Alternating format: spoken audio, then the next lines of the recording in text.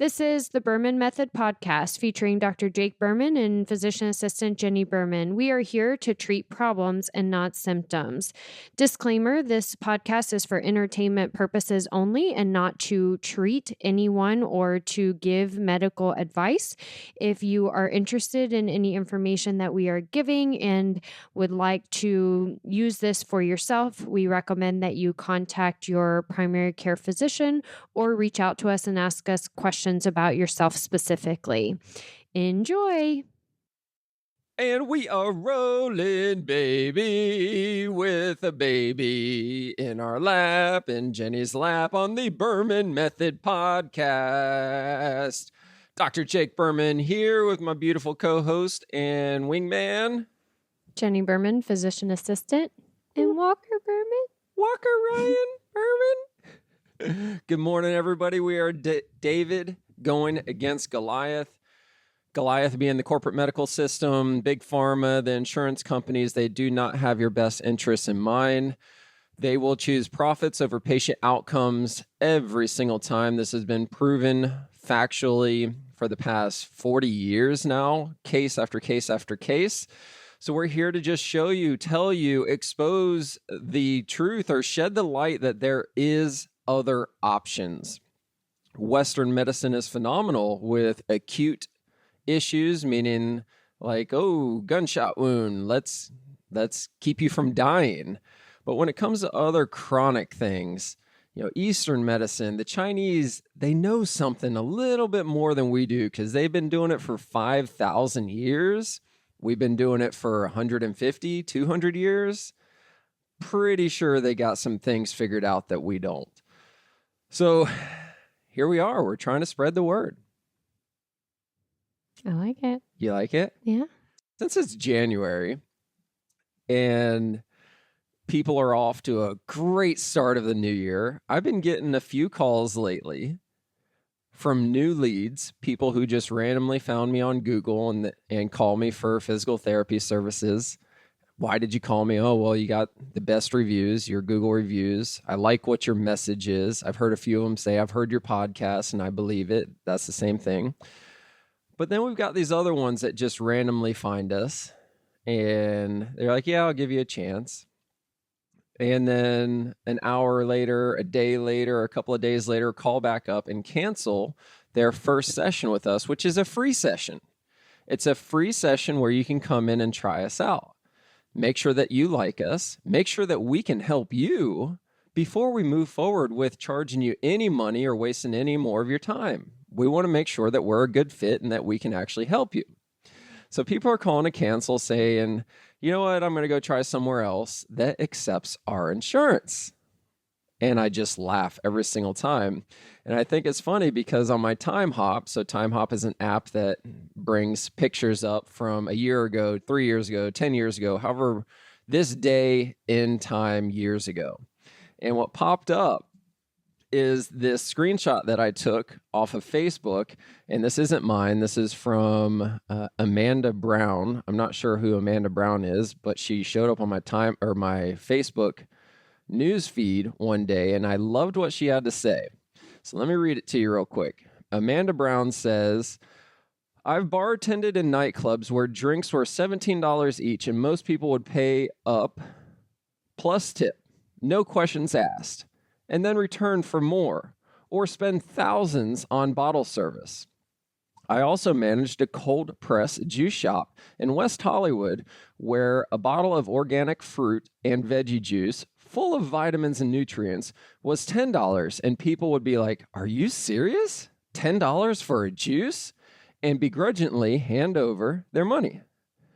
This is a great example of how most of the society views investing in their health. People will drop over $100 per month on lattes and hundreds more on drinking and eating out. Yet no one wants to spend $80 on a gym membership or hundreds on therapy or a coaching program. And then they wonder why they don't feel good or aren't reaching their goals. People spend hours scrolling on their phones or watching Netflix, but don't have enough time to read, meditate, or go for a jog. Your actions show where your priorities are, not your thoughts and ideas. If you're having a difficult time making changes to your health, happiness, relationships, business, or whatever, take a look at what you're investing in. Not just with your money, but your energy, time, and or attention. The more you give yourself, the more you'll get back. You deserve to have everything you desire, and nobody else is going to give it to you but you. If you're worried about the price of getting started, you should see the cost of staying exactly where you are. That last sentence is the one that is so powerful. If you're worried about the price of getting started, you should see the cost of staying exactly where you are.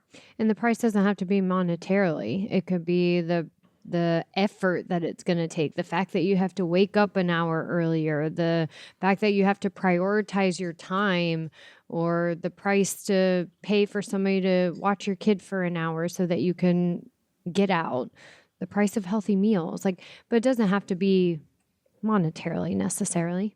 Yeah. If you don't make time for your wellness now, you will be forced to make time for your illness later. That's a fact. Yeah. And making time for your illness in the hospital, making time for your illness recovering from a surgery and having to take time off of work, taking time to recover from an illness because now you have to go for all these different scans and tests and doctor's appointments. Yeah. Because you didn't focus on your health in your 20s and 30s. But it's never too late. Never too late. There was also a post that I shared this past week said there are 168 hours in a week. 56 are for sleeping, 40 are for working, 72 are left over. If you can't find 3 to 5 hours to work on your health, the problem isn't your schedule, it's your priorities. Because you have 72 hours left in your week. Granted, those of us who are parents, the kids take a lot of our time. However, you have to find the time and make the time, or it's not a priority for you. Yes. We make the time by getting up at 4 a.m. every day to be able to work out with or without Walker in our arms, to be able to get some activity in. Just yesterday, we were out in the barn exercising. The girls were working out with us. They were doing the ladders with us. They were working out with us. Walker was sleeping with us out in the gym. Exactly. It's a priority. Yes. Good. So I think that was a great start to the episode today. We're in the beginning of the year. Everybody's excited and motivated, yet there's not much discipline behind the excitement and motivation, which ultimately leads to people quitting their New Year's resolutions, giving up or backing off. So there you go. Rewind, listen to this first part of this episode again, over and over and over again until it sinks in. Now let's get into what we really wanted to talk about today. Yeah, so hopefully you listened to last week's episode. We were talking about a lot of questions that I've had lately with the start of the new year and everybody trying to get their meal plans on track in addition to getting in the gym and exercising. So we had a lot of questions about how many calories should I be eating? How many calories do you eat, meaning me? And we talked a little bit more about that calories aren't the sole answer. It really comes down to your macronutrients, your proteins, carbs, fats. So go back and listen to last week if you didn't. But what we wanted to get into with part 2 today is really talking about how to fuel body for your workout. So another very common question I get is, what should I be eating before my workout? What should I be eating after my workout? So that's what we're going to dig into today. I'm excited about this.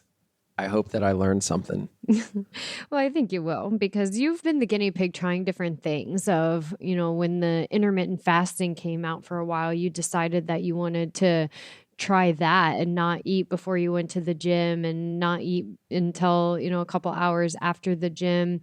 And then we had repetitive conversations about how are you fueling your body? You're working out at 4:30 or 5 a.m.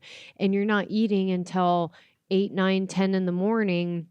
That's hours after you're done exercising. And now it's so many hours after we've eaten dinner, because we eat dinner relatively early, between 5:30 and 6, usually done by 6:30.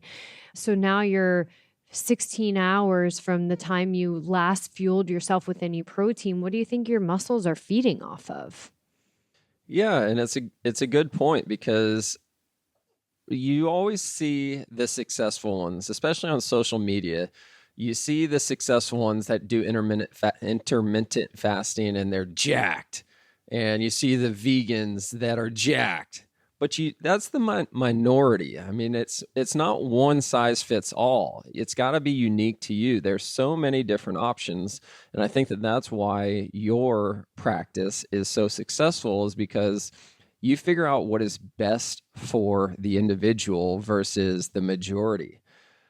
Right. And for me, it was horrible for me. One of my best friends, it's perfect for him. He thrives off of it. I failed miserably on it. Right. It depends a lot on internally what's going on. So what does your insulin level look like? What does your blood sugar look like? What are your vitamins, your testosterone level for males? What does that look like? However, one of the bigger things for you is you're a morning exerciser. So for someone who's exercising in the afternoon, intermittent fasting may work because they can fuel their cells before they go to the gym. They can fuel themselves after they go to the gym and then be done eating for the next 16 hours. So if they are exercising in the afternoon and they can eat lunch, work out, then eat dinner, then be done, versus you are essentially exercising 10 to 12 hours after you ate dinner and then still not fueling for 2 or 3 more hours after your workout. You just were not providing the fuel to your cells. Our muscles feed off of protein. Protein is the major building block to muscle.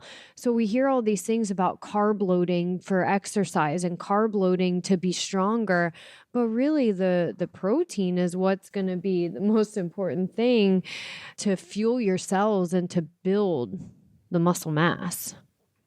Yeah, it didn't fully resonate with me until I put a CGM on, continuous glucose monitor, put one on, and I was watching my blood sugar levels.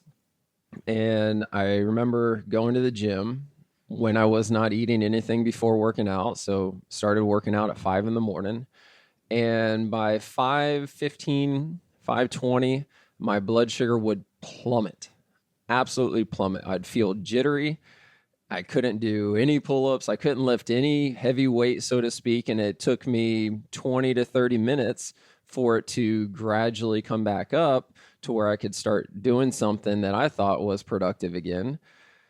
And then whenever your spouse says something, it's really hard to hear it. Mm-hmm. On the 11 millionth time that you said it, you go, well, why don't you try protein shake before you go to the gym? So I did it. So I quick protein shake before I went to the gym and worked out, and my blood sugar did not drop. It didn't crash, and I felt good throughout the entire workout, and I've been doing that ever since. So that's what works for me. Right. And we also have seen, not just through you, through many, many, many clients of using the continuous glucose monitors, the CGMs, that when their blood sugar through the night while they're sleeping was either unstable, meaning rising and falling, or steadily staying in the 110. So for you, for instance, you were steadily in the 115, 116, 117 for your blood sugar while you were sleeping at night. So not even eating anything. Everybody looks at you as a relatively healthy guy. You're thin, you're strong, you work out every single day. We eat healthy at home. Go on. Your weekends may be not as clean, but no, talk about the fit and the strongness some more. How nice not the you weekends. look. But regardless, with how clean we eat during the week and the fact that you do exercise for 90 minutes every day and we go on walks after our meals and especially every night, but your blood sugar was staying in the 116, 117 range while you were sleeping at night until we increased your protein and your fiber. So protein and cooked vegetables at each of your meals, increased your protein a little bit at your snacks as well. And then your glucose through the nighttime came down. Yes. It came down to normal.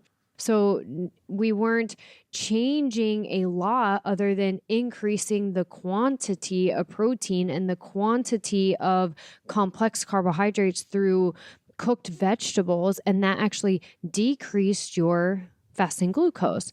So it's not the point of me telling you that it's not all about cutting things out. It's not all about eating less or having less calories or eating less frequently as it is finding the right fuel, meaning food. Food is gasoline to your body. It's the fuel to your muscle mass. It's the fuel to your metabolism for your body. So let's get into really the nitty gritty of what should we be eating before we work out. And it really depends. What time are you working out? As we've mentioned, and this is always our opinion, right? Every body is going to be a little bit different. And that's where we come in at Berman Health and Wellness, is really just to identify your metabolism, your blood testing, your activity level, the type of exercise you're doing. But if I could give some blanket statements here, okay, these are all blanket statements and just kind of generalize. If you are a morning exerciser, meaning 5, 6, 7 a.m., you're exercising, you should be getting up, having your room temperature water. So 16 ounces of room temperature water first thing in the morning for everybody, but especially if you're going to work out. And then having a source of 10 to 20 grams of protein before you even step foot in the gym. So that can be scoop of protein powder with water. Highly recommend vegan protein powder over whey. Could be a scoop of protein powder with water, which is somewhere between 10 and 20 grams, depending on the type of protein powder you're doing. It could be some of the Catalina Crunch cereal that our house loves. The kids love it. We love it. Could be a quarter of a cup of Catalina Crunch cereal. There's 12 grams of protein right there for you. Maybe it's a Greek yogurt. So one of the 12 grams or 20 gram Greek yogurt that you're getting right before you go into the gym. It could be a chicken stick. You know, if you're somebody that doesn't mind eating, it doesn't have to be a breakfast food in the morning. It could be a chicken stick. If you need something more vegetarian or vegan, that's where the protein shake is a good option, or maybe the Siggy's plant-based yogurt. So something 10 to 20 grams of protein. I'm not overly concerned about you getting carbohydrates. If you are, just make sure you have the protein with it. Maybe you're someone that's like, I have to eat a banana before I go in the gym every morning. Great, but don't eat a banana by itself, because that's 18 to 24 grams of carbohydrates and sugar. If you're, depending on the size of the banana, that's sugar that you're getting. You need protein to stabilize your blood sugar so that you do not spike and fall throughout your workout. So if you're going to do the banana, get about 4 tablespoons of that PB Fit, that powdered peanut powder, and add some water to it, reconstitute it, make it into peanut butter. There's your 16 grams of protein to go along with your banana. Man, this is turning into effort. It doesn't have to be. That's why we are notorious for doing a scoop of protein powder with water. Shake it up and chug it.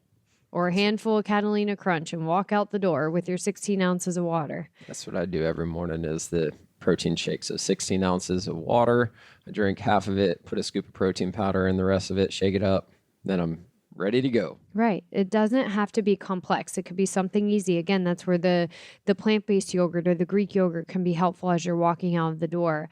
And then after your workout is where you're actually having your breakfast, your meal. So your protein, your carbohydrate, your fat.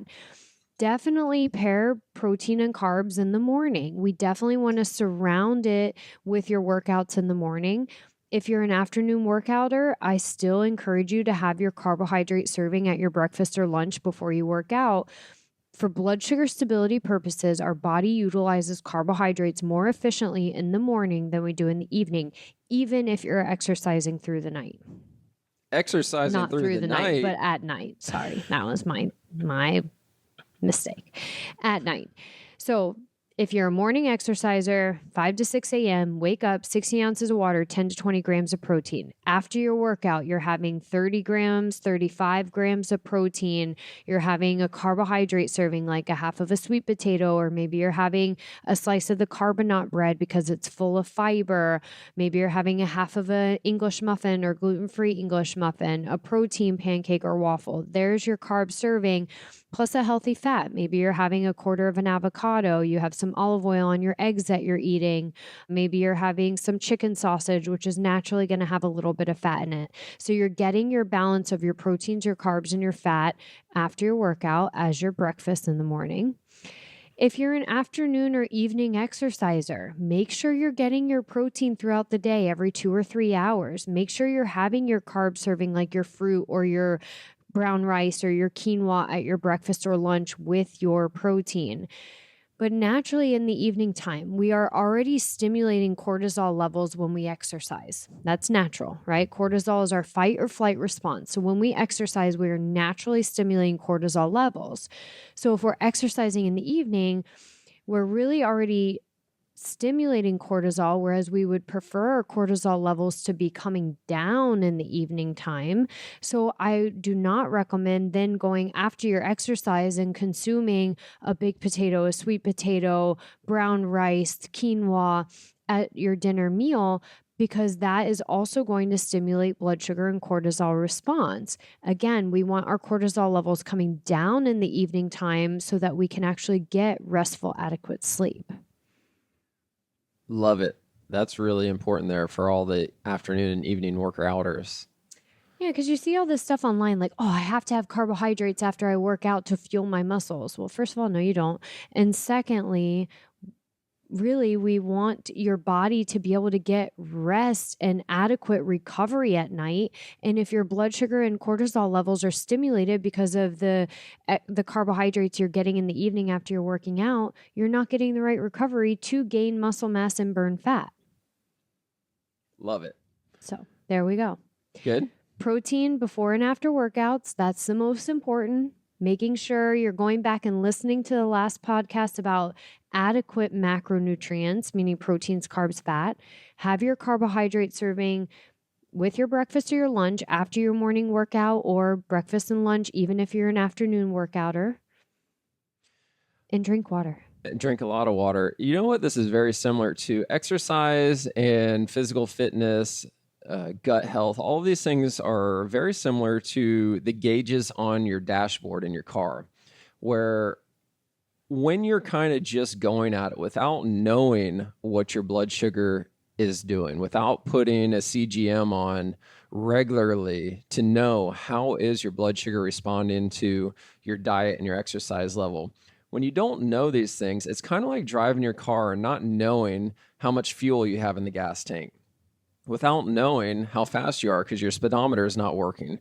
Without knowing what the temperature of the engine is. It could be overheating or not at all. If you don't know what the gauges are saying in the car, it's really easy to run it hot or go too fast or go too slow. Either way, you're not going to get to your point of destination as efficiently as you would if you knew exactly how much fuel you had, how much in the gas tank, how fast you're going, what the temperature gauge is saying. Same thing is true with us. And I'm a perfect example where I was in my mid 30s, I think it was, the first time I put a CGM on, continuous glucose monitor. And I was starting to get a little fluffy, and I just chalked it up to saying, okay, time for the dad bod. I lost the shreddedness that I had in my 20s. It's gone. I'm going to be a little fluffy now. And I just, on my own, started thinking that I needed to eat less. So over the course of 12 to 18 to 24 months, my meal portions were just getting less. And that was just me being subconscious thinking, I need to eat less because I'm getting fluffy. I put that freaking CGM on, and I'm watching my blood sugar stabilize and actually drop by eating more protein and more vegetables. It was almost double the portion size that I had been eating. And I'm just going, this doesn't make sense at all. But when you see the numbers in real time, it's a game changer. It's a no-brainer. I'm about to put another CGM on this week just because it's time again. It's time to know what exactly is happening. It's been 3-6 months, something like that, since my last one, because you can see it in real time, and it makes it so much easier to know for a fact that you're making the right or wrong decision. 100%. And it changes depending on other factors in your life, your stress response, your sleep, your activity level, the medications that you're taking. All of these things are going to play into what your blood sugar level is doing. And that's going to affect overall your metabolism and your body's ability to burn fat, your body's ability to have energy, to have a clear mind, to be able to sleep through the night, to be able to build muscle mass. is all dependent on your blood sugar, and your blood sugar has so many factors that play into it. So for me, I just had a CGM on for several days, not too long ago, being postpartum, and my blood sugar was higher than I've ever seen it as my average number. And I realized that, and I told you this, that I just wasn't fueling my body enough with the amount of energy I'm expending being back in the gym, not sleeping through the night with a newborn, nursing and pumping excessive amounts of milk. It wasn't until I said, okay, I'm going to make a valiant effort today to boost up a little bit more protein, a little bit more fiber intake, especially at my snacks, because I was getting busy and just not having adequate snacks. I was doing something simple and easy, and it wasn't enough for me. So it wasn't until I actually increased again with the amount of fuel my body needed to see that glucose level come down. So that's strictly based off of the amount of stress my body is under right now with not sleeping well and nursing, as opposed to my exercise really didn't change. It didn't change from pre-baby to post-baby. I'm not working out longer or harder. In fact, I'm probably working out less because there's mornings that we have to cater to Walker and don't get a full workout in. But it was just in response to sleep and stress internally. Yes. So upstairs, the closest thing to an easy button is the continuous glucose monitor. Put a continuous glucose monitor on and you can see it in real time. What does that cookie do to your glucose level? What does protein do to your glucose level? And it makes it so much easier to make decisions. Downstairs, the easiest thing, or the closest thing we have to the easy button, is Shockwave. Haven't talked about that in a few episodes, but that is like crack. If you don't know about Shockwave, look it up on my website, bermanpt.com. It's a game changer. There's a shameless little plug for me downstairs. But upstairs, CGM, easy button. Downstairs, Shockwave, easy button. Share this episode with somebody. Like it. Subscribe to us. Comment. Email us what you want us to talk about next. Sounds good. Ciao for now. Thank you for subscribing on your social media and podcast platforms to the Berman Method.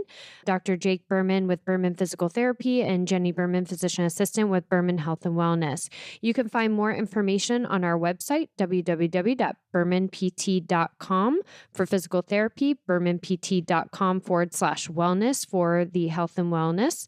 You can also find us on social media, Facebook, Instagram, and on your podcast platform. So be sure to follow us, like us, subscribe to us. And if you would like any further information, definitely visit our website and reach out to us.